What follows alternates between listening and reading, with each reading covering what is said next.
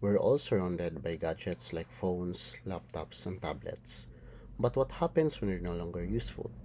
This brings us to the dilemma of e-waste and the need for responsible solutions. E-waste is one of the fastest growing solid waste streams in the world. Over 50 million tons of e-waste produced in 2022, and only 17% of this is recycled. The rest often ends up in landfills where harmful substances like lead and mercury can seep into the soil and water. In a report, Philippines is one of the top e-waste generators in Southeast Asia, with a per capita e-waste generation of over 4 kilograms.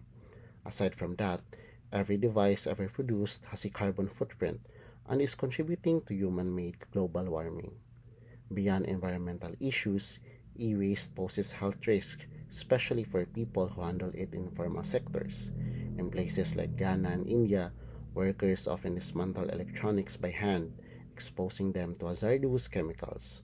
According to the World Health Organization, this exposure can lead to respiratory problems, cancer, and developmental issues in children. In Ghana, e-waste burning has severely polluted the air and water, making it one of the most contaminated areas in the world. This example highlights that e-waste isn't just an environmental issue, but a serious health concern for communities. So, what can we do? Addressing e-waste requires commitment from both companies and consumers. A great example of corporate responsibility is from the 2020 Tokyo Olympics. Japan collected around 78,000 tons of e-waste from people across the country, including old phones and laptops, and used the recycled materials to create the Olympic medals. Closer to home, SM Supermalls in the Philippines runs an e-waste collection program where consumers can bring their used electronics to designated collection points and receive fantastic discounts. To support responsible e-waste management, the Philippine government has introduced several policies aimed at reducing electronic waste and promoting recycling. The Ecological Solid Waste Management Act mandates proper waste segregation and disposal, encouraging local government units to promote responsible practices. Meanwhile, the proposed Electronic Waste Act seeks to establish e-waste collection systems holding manufacturers accountable for recycling all devices. Additionally, the Extended Producer Responsibility Act of 2022 requires large businesses to manage the life cycle of their products, ensuring proper collection and disposal of e-waste.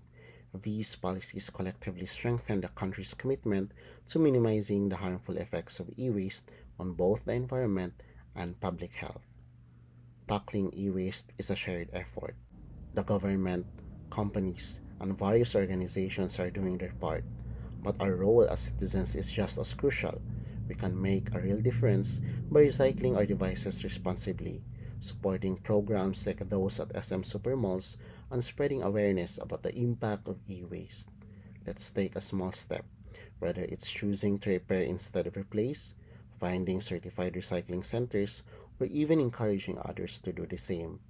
Together, our actions can reduce e-waste and protect our environment, paving the way for a cleaner and healthier future.